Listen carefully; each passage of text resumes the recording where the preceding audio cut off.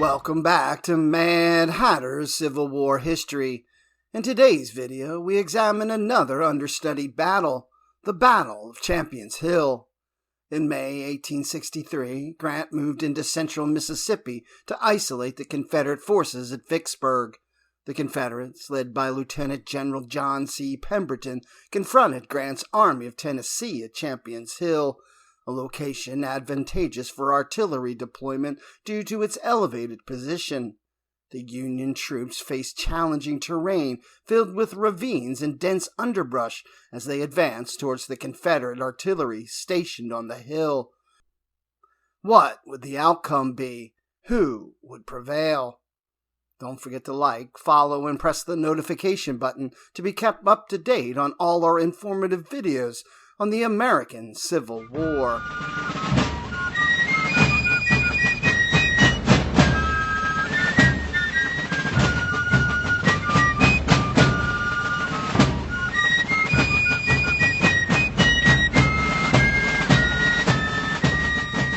The battle commenced as Union forces under Brigadier General John F. McGinnis attempted to reach the summit of Champions Hill.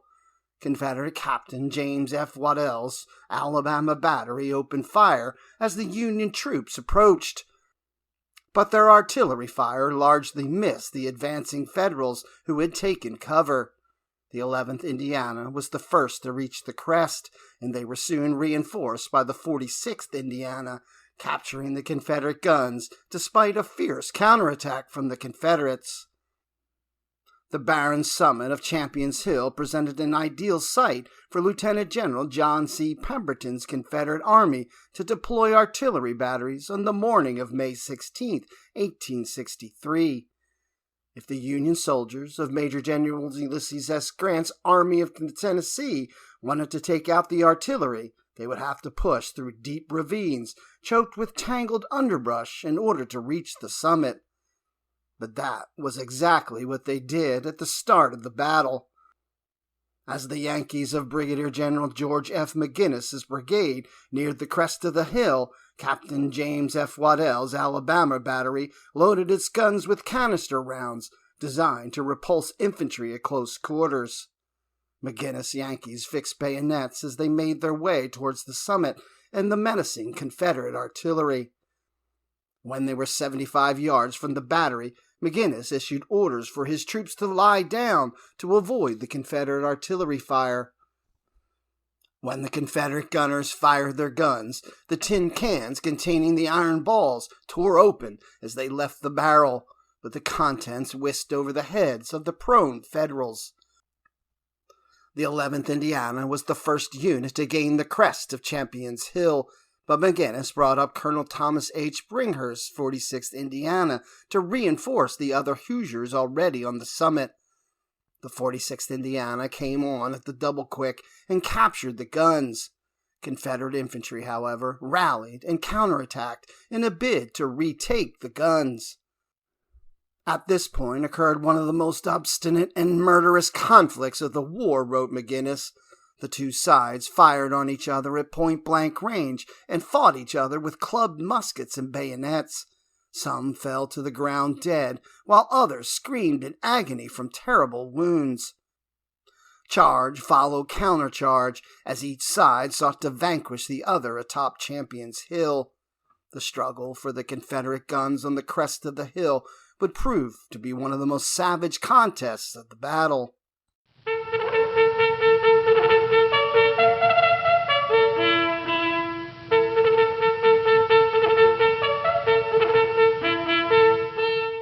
The culmination of Grant's 4-month campaign to secure the most formidable Confederate stronghold remaining on the Mississippi River at Vicksburg began on April 30th, 1863. Vicksburg held an almost impregnable position on the east bank of the Mississippi River. The Confederates possessed Vicksburg, Mississippi, and Port Hudson, Louisiana, which prevented the U.S. Navy's Brownwater Naval Squadron from accessing a 130-mile stretch of the lower Mississippi River.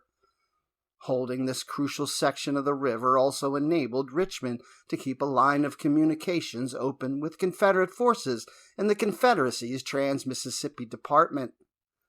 Grant dispatched Colonel Benjamin Grierson on April 17, 1863, on a cavalry raid through the heart of Mississippi in order to draw off Confederate troops from the Vicksburg defense.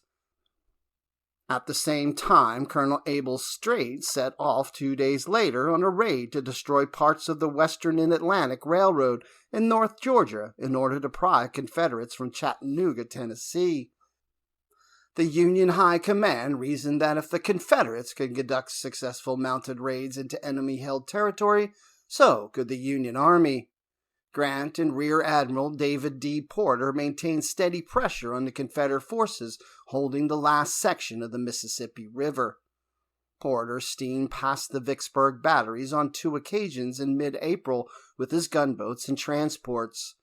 These successful naval expeditions made it possible for Grant to transport 17,000 troops across the Mississippi River below Vicksburg. Grant marched his troops down the west bank of the river in April to Bruinsburg, Mississippi. From that location, Porter's transports ferried them to the east side of the river on April 30th. Grant's troops began marching inland the following day. Pemberton commanded the Confederate Department of Mississippi in East Louisiana. The Confederate government entrusted him with holding Vicksburg for the Confederacy. The Pennsylvania-born Confederate commander expressed surprise that Grant succeeded in getting his troops across the Mississippi. But he knew that Grant was up to something since he had been receiving regular reports that the Union commander was moving troops south along the west bank of the river. Instead of sending troops to block possible landing points at the east bank, Pemberton dispatched a portion of his infantry to counter the advance of Major General William T. Sherman's 15th Corps into northern Mississippi. Lacking sufficient cavalry to screen Sherman's advance, Pemberton had no other choice but to send a large force of infantry to check Sherman's movements. Grant ordered Sherman to conduct a feint against Confederate forces at Snyder's Bluff, north of Vicksburg, while the other 2 Union corps crossed the Mississippi River below the city. Sherman subsequently marched south and crossed the Mississippi in a similar fashion to Grant's other 2 corps. As soon as Grant had established his bridgehead at Bruinsburg, he sent Major General John A. McClernand's 13th Corps to lead the march into Mississippi interior, followed closely by James B. McPherson's 17th Corps. McClernand ran headlong into Brigadier General John S. Bowen's infantry division, which Pemberton had dispatched to slow Grant's advance. In the sharp clash that followed, McClernand prevailed. After brushing aside Bowen, McClernand set off for Raymond, Mississippi, which was situated just 20 miles from the Mississippi state capital at Jackson. Grant had orders from Washington to march south and link up with Major General Nathaniel Banks, the commander of the Army of the Gulf, in order to capture Port Hudson. Once he had united with Banks, the combined force was to countermarch north to capture Vicksburg. Grant did not like the idea, however, given that Banks had seniority over him. Fortunately for Grant, Banks, who was campaigning west of the Mississippi River, decided to march against Confederate forces under Major General Richard Taylor in Alexandria, Louisiana.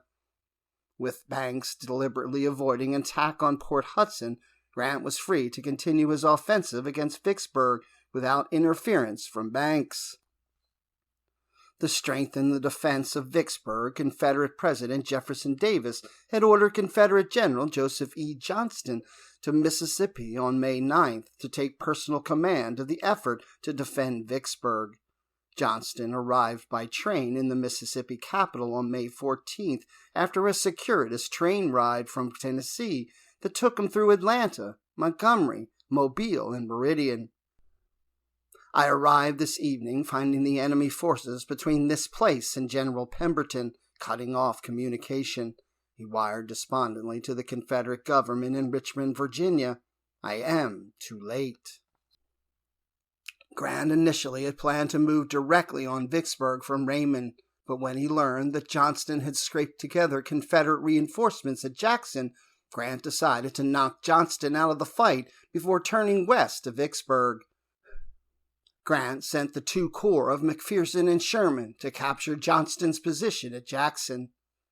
As 2/3 of Grant's army advanced on Jackson, Johnston ordered an evacuation of the city.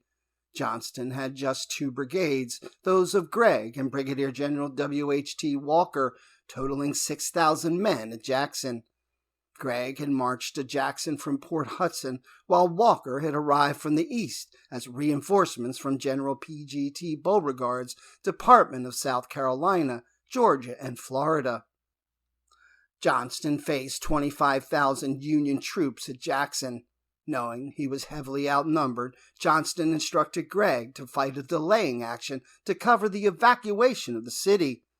Once the evacuation was over, Johnston intended to abandon the city. After hard marching on muddy roads and torrential rains, Sherman's troops approached the town from the southwest on May 14th, while McPherson bore down on it from the northwest astride the Vicksburg and Jackson Railroad. McPherson attacked and drove Gregg's troops into the city's fortifications. When the last Confederate supply train exited the town at mid-afternoon, Gregg withdrew his men north to join the rest of Jackson's troops. The Confederates sacrificed 17 guns in the process as they withdrew 7 miles north of the city of Tugelo, where Johnston planned to wait the arrival of reinforcements from the east. Union troops took possession of the city in the late afternoon and unfurled the stars and stripes atop the state capitol building. Grant wanted to wreck the railroads in Jackson so that it could no longer serve as a transportation hub for the Confederacy. He ordered Sherman to remain in Jackson until he destroyed that place as a railroad center and a manufacturing city of military supplies. Sherman's troops set fire to foundries, machine shops, warehouses, factories, arsenals, and other public property.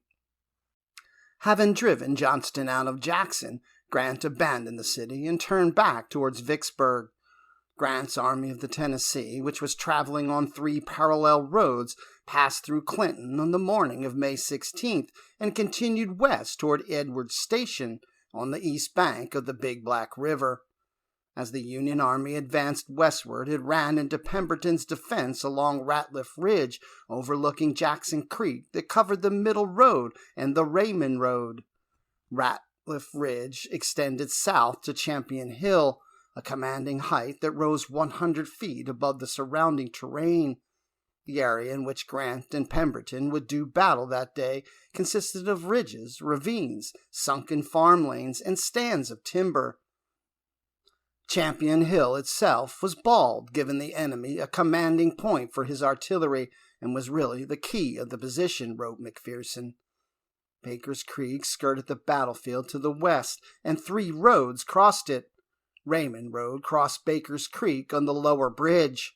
At the time of the battle, the torrential rains of the previous day had carried away the bridge.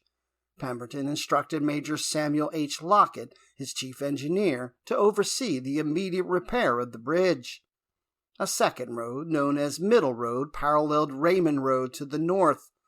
A third road, known as Jackson Road, ran in a north-south direction across Champion Hill. It met the Middle Road on the other side of the hill at a crossroad. From there, the Middle Road became part of Jackson Road. The latter turned west and crossed Baker's Creek by way of the upper bridge. The north-south road at that point became the Ratliff Road, and it continued to join the Raymond Road at the Coker farmhouse.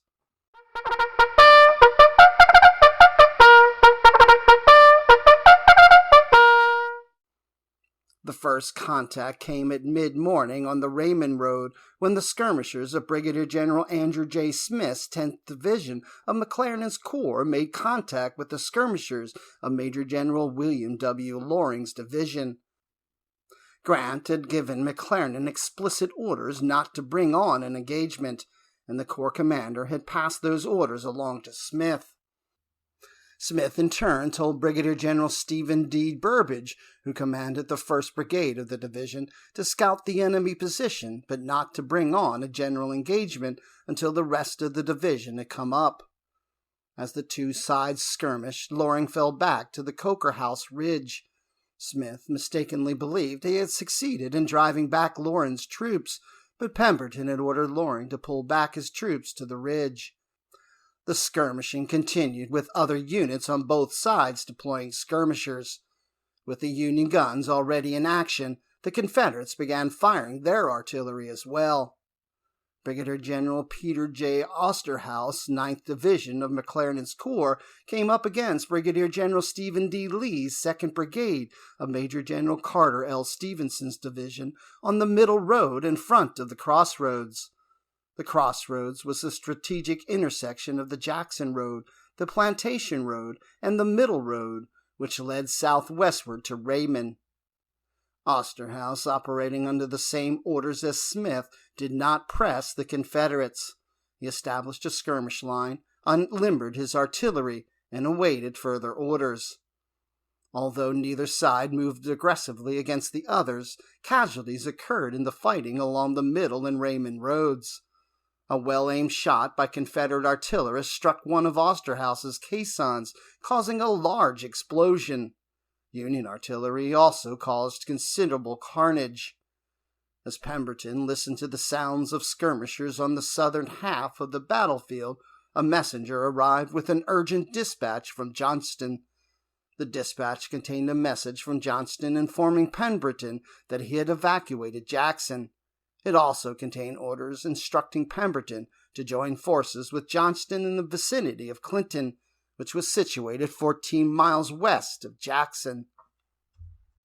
Although Pemberton desired to link up with Johnston, his 22,000 troops were spread out over a wide area and engaged against the vanguard of Grant's army. Pemberton did, however, send a reply to Johnston informing him that he would attempt to pull back to Edwards Station and march his troops from that location to Clinton. As a preliminary step, Stevenson sent a detachment to escort Pemberton's train of 400 wagons toward Baker's Creek and stand guard at the crossroads. While the opposing forces continued skirmishing, the Confederate wagons began to withdraw.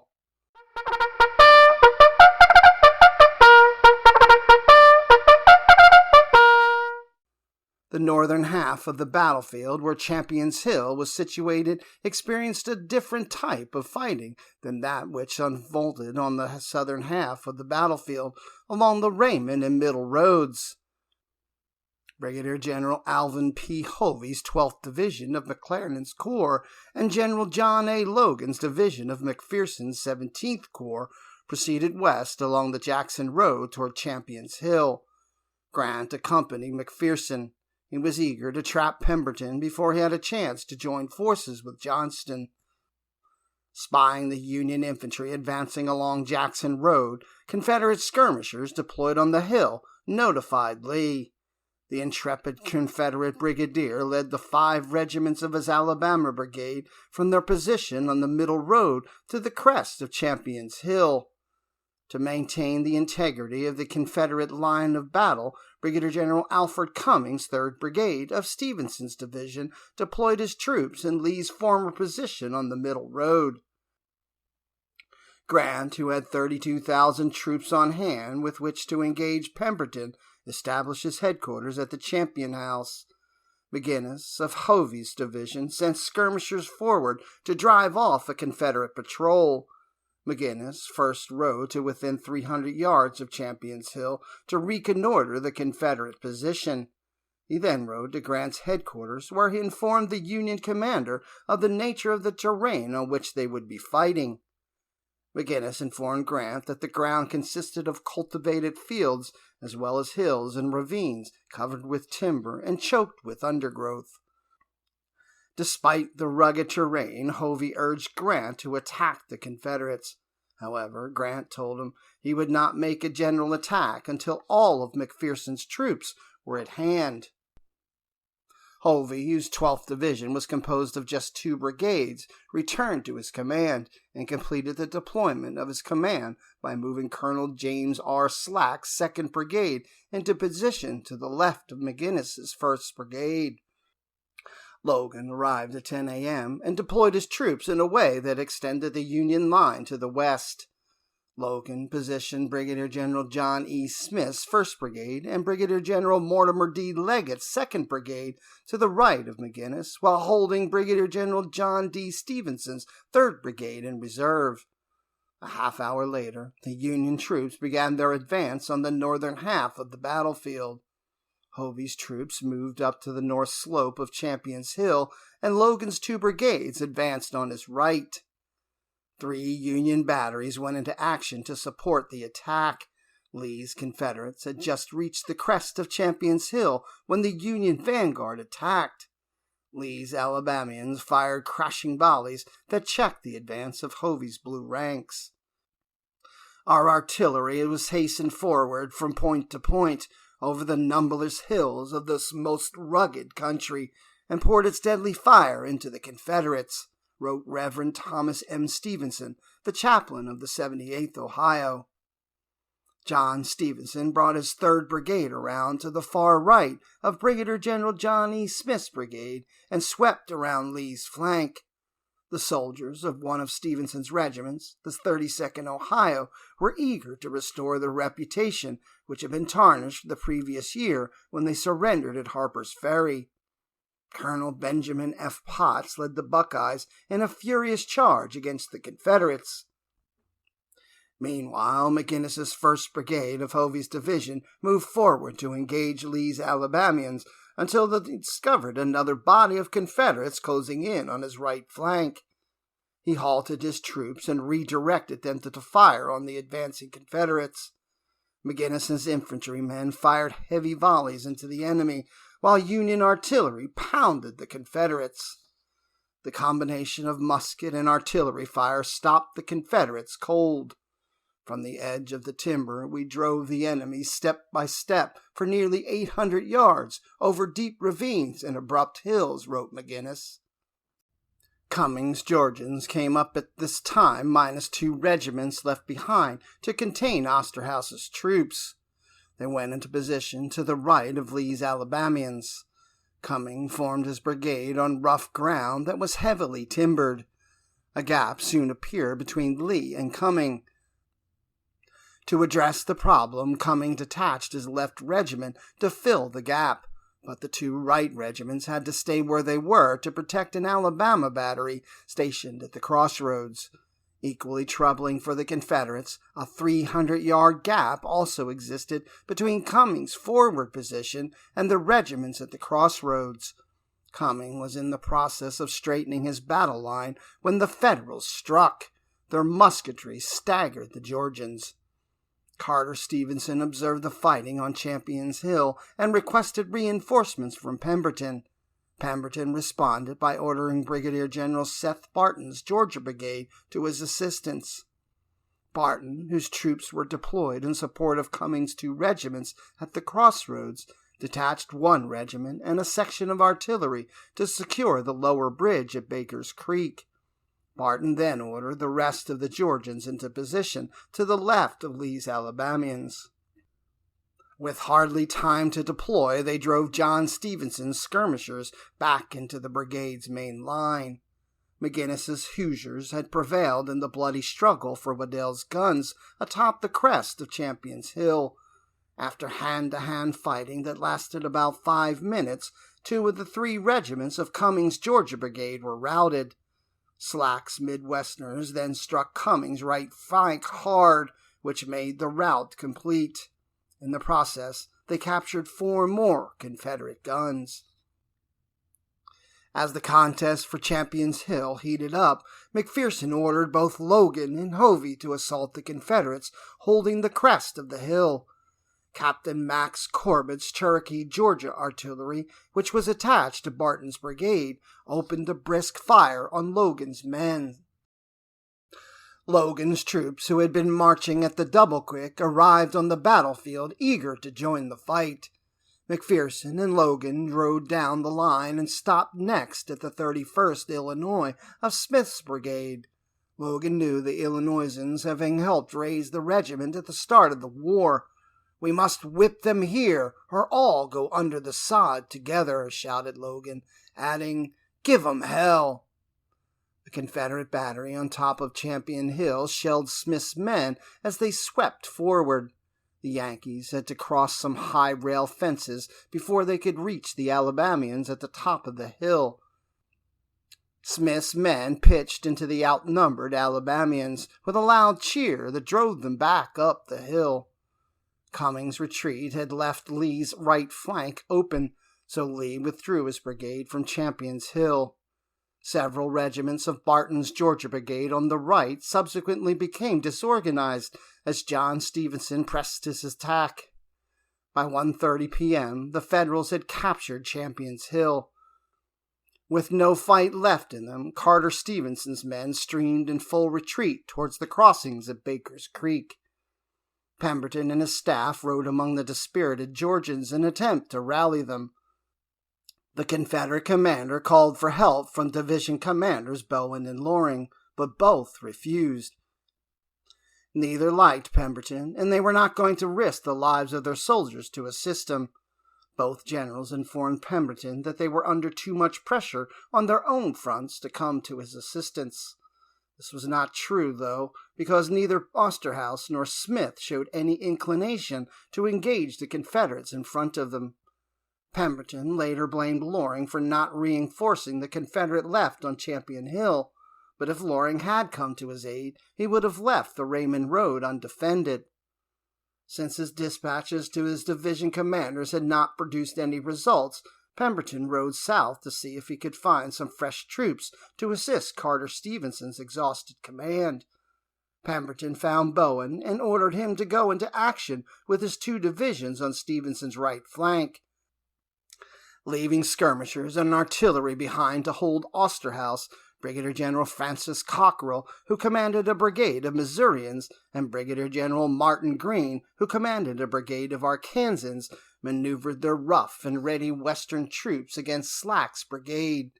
Cockrell's Missourians advanced on the left of Bowen's line, while Green's Arkansans pushed forward on the right of Bowen's line. These veteran Confederate troops went into action with great determination.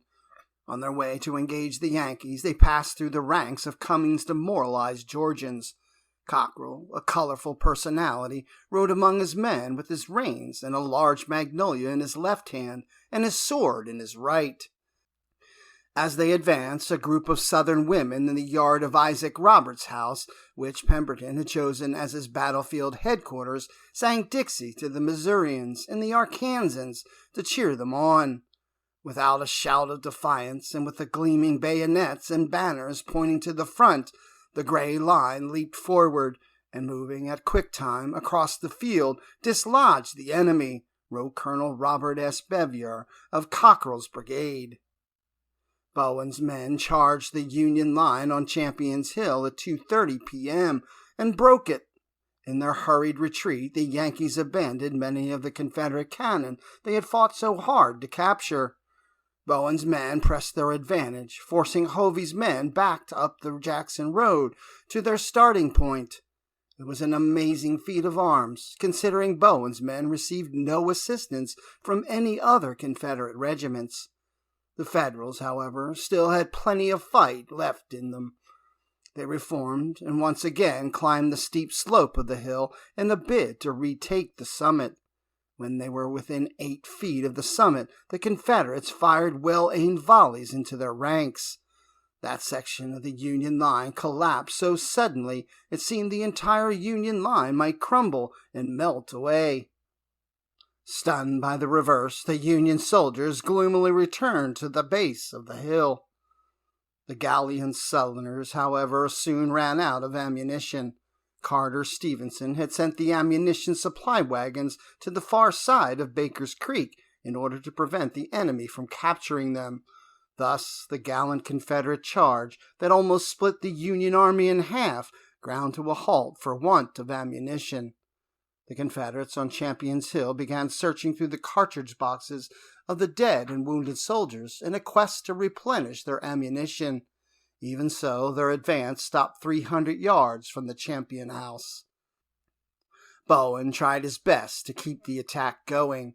Pemberton rallied parts of Barton's and Cummings' brigades and sent them forward. The reformed troops deployed between the brigades of Cockrell and Greene. Lee also sent 2 of his Alabama regiments to reinforce Bowen's division, with orders to deploy on Cockrell's left flank. When the Alabamians began crossing a fence, they came under heavy fire from Captain Samuel de Gauler's 8th Michigan Battery attached to Logan's division. As the shells exploded among them, the Alabamians withdrew to the refuge of a copse of trees. Grant and his 2 corps commanders methodically set about organizing a counterattack. Brigadier General Marcus M. Crocker's 7th Division of McPherson's 17th Corps moved up to threaten the Confederate left flank, and Colonel George B. Boomer's 3rd Brigade of Crocker's division advanced to plug the breach in the Union center caused by Bowen's counterattack. Boomer's 4 regiments attacked Bowen's division, but Greene's Arkansans outflanked Boomer on his left.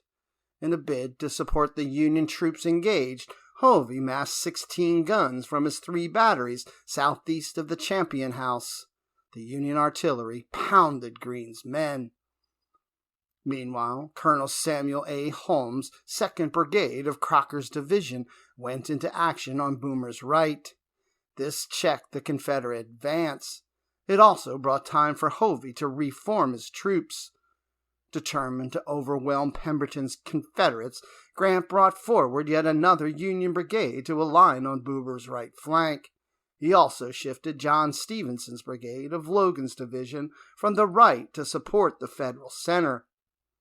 The 33rd Illinois, of Brigadier General William P. Benton's brigade, advanced rapidly and retook the area lost to the Confederates. Thus, Bowen's gallant charge ended, and his brave soldiers fell back to the foot of the hill. At that point, most of the men in the 46th Alabama found themselves cut off, with no other recourse left to them. They surrendered. Bowen then received word that fresh Union troops were threatening his right flank. McClernand had finally put his troops in motion at mid-afternoon after receiving orders from Grant explicitly directing him to advance against the enemy forces in front of him. McClernand in turn ordered Osterhaus to advance on the middle road with his 2 brigades against Bowen's troops.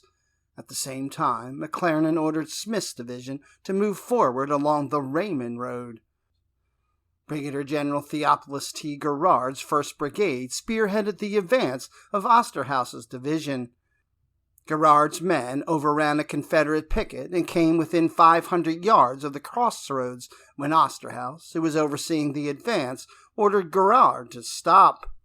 When Bowen pulled his division off the middle road, Loring had shifted his troops north to fill the gap. The division held a line 600 yards west of the Coker House. Loring had posted Brigadier General Abram Buford's brigade on the left, Brigadier General Winfield Featherson's brigade in the center, and Brigadier General Lloyd Tilghman's brigade on the right. Buford and Featherson blocked the Union advance along the middle road, while Tilghman held a strong position on Cotton Hill astride the Raymond Road. Bowen's division soon collapsed under the weight of Grant's powerful counterattack.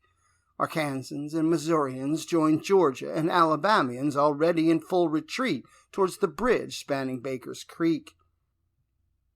Fortunately for the retreating Confederate infantry, Cockrell's 3 batteries of artillery maintained a steady fire on Osterhaus's line, which brought precious time for the battered infantry belonging to Carter Stevenson and John Bowen to make their escape.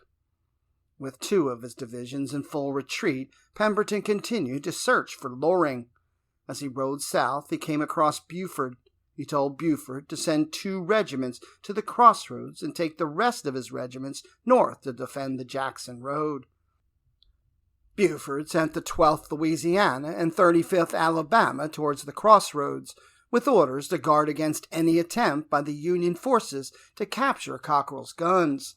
Having failed to find Loring, Pemberton returned to his headquarters at the Roberts House.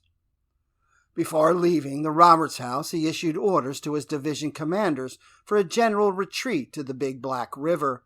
He advised Carter Stevenson and Bowen to withdraw their battered commands to the Raymond Road and lead them across the lower bridge over Baker's Creek.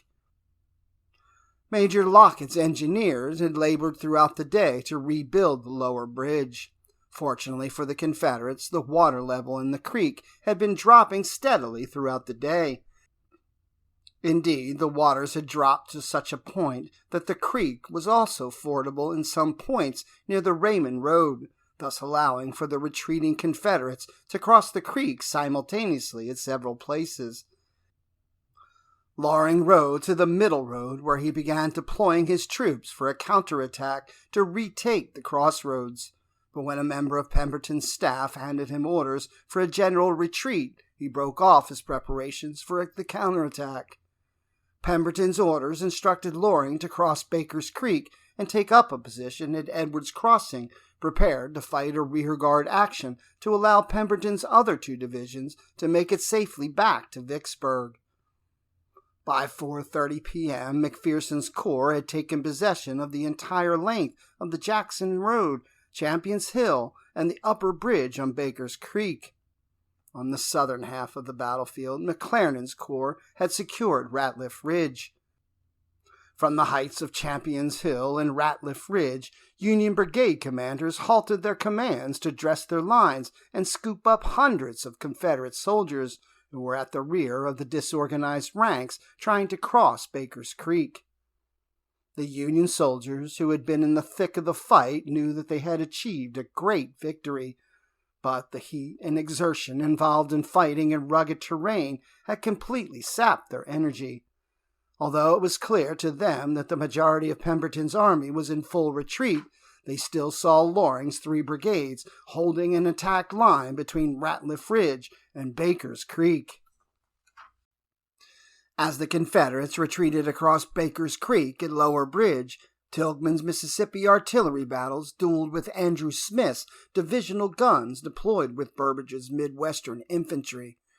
Burbage sent his sharpshooters to take possession of a group of slave cabins in the intervening ground between the opposing infantry brigades. The Yankee sharpshooters began steadily picking off the soldiers in the front rank of Tilghman's line of battle. Tilghman ordered the sergeant commanding one of the 12-pounder howitzers to shell the enemy-occupied cabins. To ensure the rounds hit the targets he desired, Tilghman dismounted and personally sighted the howitzer. As he did so, a Union artillery shell burst near him, sending a jagged chunk of shrapnel into his chest. The white-hot chunk of iron passed completely through his body, inflicting a fatal wound. Command of the brigade devolved to Colonel Alexander E. Reynolds. Unsure of his responsibilities, Reynolds asked Loring for instructions. The division commander told Reynolds that he was to hold the Raymond Road at all costs. Meanwhile, Pemberton supervised the passage of the routed Confederates across the creek. When Bowen reached the far side of Baker's Creek, Pemberton tasked him to reorganize the remnants of his command in order to cover Loring's retreat across the creek. While several of McClernand's brigades put pressure on Loring's troops, Loring tried to get his troops across Baker's Creek. But by the time he was ready to cross, Union artillery had begun shelling the lower bridge and adjacent fords. Realizing that he could not get his troops across, Loring led his men south along the east bank of the Baker's Creek in search of another crossing point.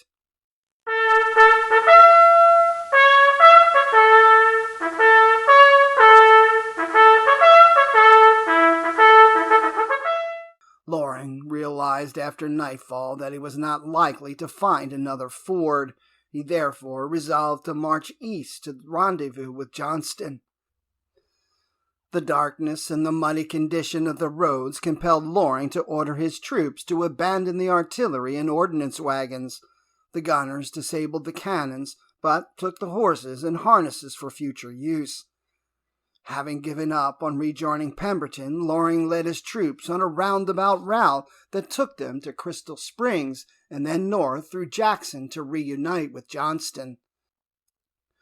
The Union Army had suffered 2,441 casualties at Champion Hill, while the Confederates lost 4,700 killed and wounded and 2,400 captured. While Loring set off on the night of May 16th to rendezvous with Johnston, Pemberton burned the supplies at Edwards Station and then struck out with his 2 battered divisions for Vicksburg. He left 3 brigades under Bowen to defend the east end of the railroad bridge over the Big Black River on the mistaken assumption that Loring was following close behind him and would need to cross the river quickly. McClernand's corps attacked the Confederates, who manned breastworks made of cotton bales covered in dirt. The Union troops broke through the weak defenses, routing the Confederates. The victory at Big Black River, in which McClernand captured 1,800 Confederates and 18 guns, gave Grant yet another victory that enhanced the morale of his Army of the Tennessee and dampened the morale of Pemberton's dwindling army. Grant's troops arrived on the outskirts of Vicksburg on May 19th, but formal siege operations did not begin until May 25th. Following sustained fighting and bombardment over the course of the next 6 weeks, Grant compelled Pemberton to surrender on July 4th. Unable to take the 30,000 Confederate troops who surrendered into captivity, Grant paroled them. When Port Hudson fell to Union forces 5 days later, the Union had at last secured the Mississippi River.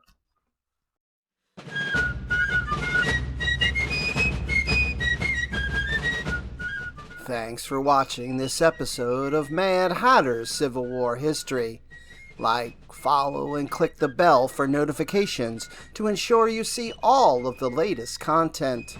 As always, let me know if there's any other important events of the American Civil War you would like me to address.